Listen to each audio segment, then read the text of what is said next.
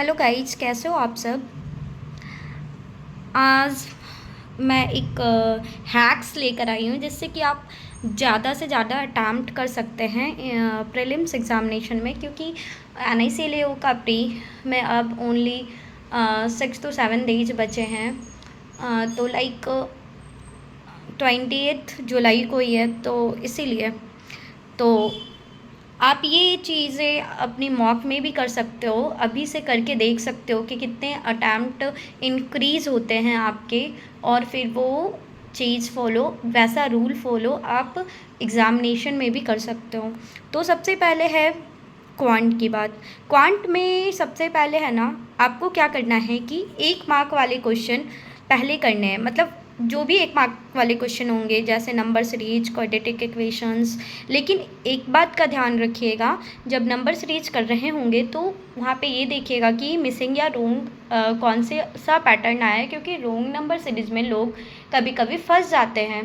तो अगर मतलब पैटर्न नहीं समझ में आ रहा है तो रोंग नंबर सीरीज़ में, तो उसी टाइम उसे स्किप करिएगा। और रॉन्ग नंबर सीरीज में ऐसा नहीं होता कि सारे के सारे क्वेश्चन नहीं बनाने वाले होते, उसमें से 2 से 3 क्वेश्चन ऐसे रहेंगे जो आप बना सकते हो, उसका पैटर्न तुरंत में ही समझ आ जाएगा। तो ठीक है, ऐसे करना है। बाकी इसको 4 से 5 मिनट में कर लीजिएगा। बाकी DI को भी आपको 4 से 5 मिनट में करनी है। और अदर देन कैसलेट DI, मतलब जैसे फिगर वाले आते हैं ना, वो वाली DI आप को जल्दी से कर लेनी है 4 से 5 मिनट में।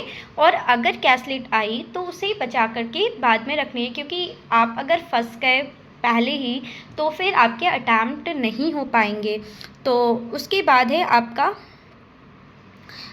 3rd नंबर पे आपको क्या करनी है कि ये देखना है कि कैसलेट कैसा पूछा गया है, कि मतलब एक टेबल के फॉर्म में पूछा गया है या फिर वो वाली जो रहती है वेन डायग्राम वाली, तो किस टाइप की कैसलेट पूछे गए हैं।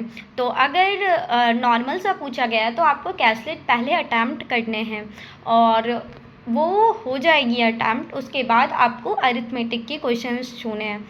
लेकिन पहली बात ये कि अगर कैसलेट टफ पूछा गया है तो आपको पहले अरिथमेटिक करनी है कैसलेट को छोड़कर, क्योंकि अगर अरिथमेटिक में ऐसे कम से कम 4 से 5 मिनट में आपका 5 से 6 7 क्वेश्चन अटैम्प्ट हो जाएंगे।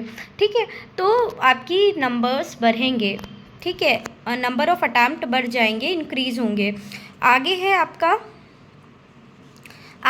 आपका ये कि आप 1 नंबर वाले क्वेश्चन या DI 4 से 5 मिनट में कैसे करें। तो आपको इसके लिए सबसे पहले इस स्पीड को इंक्रीज़ करने के लिए आपको PM की फ्री क्विज़ेज़ देनी है, जो हम इसे पर्सनली फॉलो करते थे, तो आप इसे दे सकते हो। ठीक है, और सेक्शनल मॉक जो PM के आते हैं वो उसमें IPS PO प्री और SBI क्लर्क प्री, ये दोनों का क्वांट का देना है। तो इससे आपके इंक्रीज ये स्पीड इंक्रीज हो जाएंगे ये 5 से 6 दिनों में। ठीक है, तो आपको ऐसे ही करनी है, और आप ये चीज़ अप्लाई करके अपने मॉक पे देखो, और अगर मतलब उससे मार्क्स डेफिनेटली बढ़ेंगे आपके, और नंबर ऑफ़ अटैम्प्ट भी बढ़ेंगे। और सबसे पहली बात, आप इस तरह से अगर मॉक्स में करोगे तो आपको सिली मिस्टेक्स अगर आपके हो रहे हैं तो उसे अवॉइड करनी है, क्योंकि सिली मिस्टेक्स नहीं होनी चाहिए पेपर में। इसीलिए ज़्यादा से ज़्यादा सेक्शनल मॉक टेस्ट दो, और सिली मिस्टेक से आपको बचना है। ठीक है, तो बाकी है सेकेंड में रीजनिंग। अब रीजनिंग के बारे में आपको बताते हैं कि सबसे पहले जैसे क्वांट में किया था आपने, कि उसमें भी आपको सबसे पहले 1 मार्क वाले क्वेश्चन करने हैं, जैसे सिलॉग्स, कोडिंग डिकोडिंग, वो जो आते हैं ना उस टाइप के। तो ये सब क्वेश्चन, इनइक्वालिटी वाले क्वेश्चन, ये सब क्वेश्चन आपको फर्स्ट में करने हैं। ठीक है, और ये सब क्वेश्चन होने के बाद आपको पजल्स उठानी है, पर ये देखकर उठानी है कि आपको किस टाइप के पजल। अगर बॉक्स वाली पजल आपसे घर पे अच्छे से बन जाती है तो पहले बॉक्स वाली पजल उठानी है। मतलब आपको अपने ये के अकॉर्डिंग उठानी है कि आप सी कौन सी पजल मॉक टेस्ट में तुरंत में ही बन जाते हैं, और ये भी देखनी है कि कंडीशंस कितने बड़े दिए गए, उसमें पता चल जाते हैं कि कौन से मतलब पजल्स में टाइम लगेगा और किसमें टाइम नहीं लगेगा। तो पहले इजी वाली पजल उठानी है आपको, एंड देन फिर बड़ी वाली पजल करने हैं, ठीक है। तो सबसे पहली बात, बहुत सारे बच्चे ये गलती करते हैं कि पजल को बनाते वक्त वो कंडीशन नोट नहीं करते और सोचते कंडीशन नोट करने में टाइम लगेगा।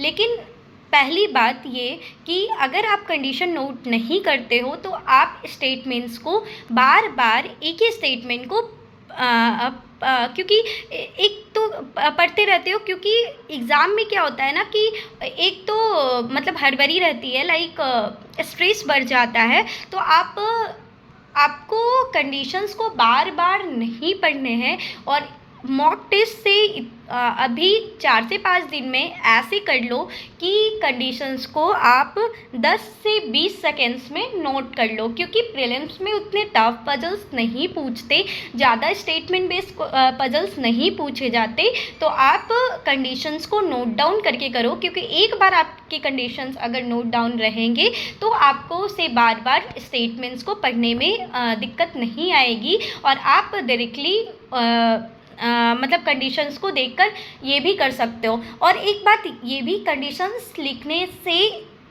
ये भी फ़ायदे होंगे कि आपको कंडीशन नोट करते करते आपको ये भी पता चल जाएगा कि ये पजल बनेगी या नहीं बनेगी।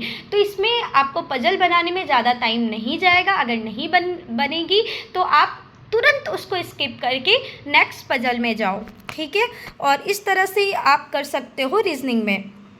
बाकी आपको इसके लिए भी स्पीड को इंक्रीज़ करने के लिए वो पीएम के सेक्शनल मॉक प्लस पीएम के फ्री क्विज़ेस देनी है। फ्री क्विज़ेस में आप पजल्स बना सकते हो, लेकिन उसमें 1 मार्क वाले क्वेश्चन जो रहते हैं वो बनाओ और उसको एकदम 4 से 5 मिनट में करने का ट्राई करो।